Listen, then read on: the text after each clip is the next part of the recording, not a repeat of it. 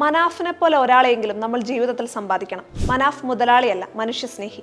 ഈ കപട ലോകത്ത് ഇങ്ങനെയും ചിലർ ഉള്ളതുകൊണ്ടാണ് മനുഷ്യത്വം ഇന്നും ബാക്കിയുള്ളത്. ലോറിയുടെ ക്യാബിനിൽ തന്നെ അവൻ ഉണ്ടാകുമെന്ന് തുടക്കം മുതലേ അത്രമാത്രം ഉറപ്പിച്ചു പറഞ്ഞ ലോറിയുടമ മനാഫിനെ കുറിച്ച് ഇന്നലെ 72ാം ദിനം അതേ ക്യാബിനിൽ നിന്ന് അർജുന്റെ മൃതദേഹ ഭാഗങ്ങൾ പുറത്തെടുക്കുമ്പോൾ ആളുകൾക്ക് പറയാനുള്ളത് ഇതാണ്: മനാഫ് ദൃഢനിശ്ചയത്തിന്റെ പ്രതീകമാണ്.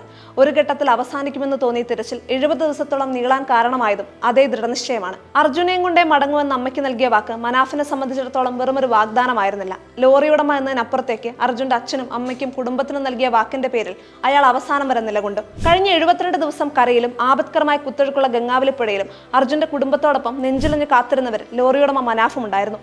ലോറിയിൽ കള്ളത്തടിയായിരുന്നു എന്നതടക്കമുള്ള നുണകൾ പ്രചരിപ്പിച്ച സമൂഹ മാധ്യമങ്ങളിലെ സാമൂഹ്യ വിരുദ്ധർക്ക് മുന്നിലേക്കാണ് ആ ലോറിയും അർജുനും ഉയർന്നു വന്നത്. കാണാതായ സാധാരണക്കാരിൽ ഒരു മലയാളിയും എന്ന കർണാടക അധികൃതരുടെ പതിവ് ഭാവം മാറ്റിമറിച്ചത് അർജുന്റെ കുടുംബത്തിന്റെയും ലോറിയുടമ മനാഫിന്റെയും അസാധാരണമായ പോരാട്ട വീര്യമാണ്.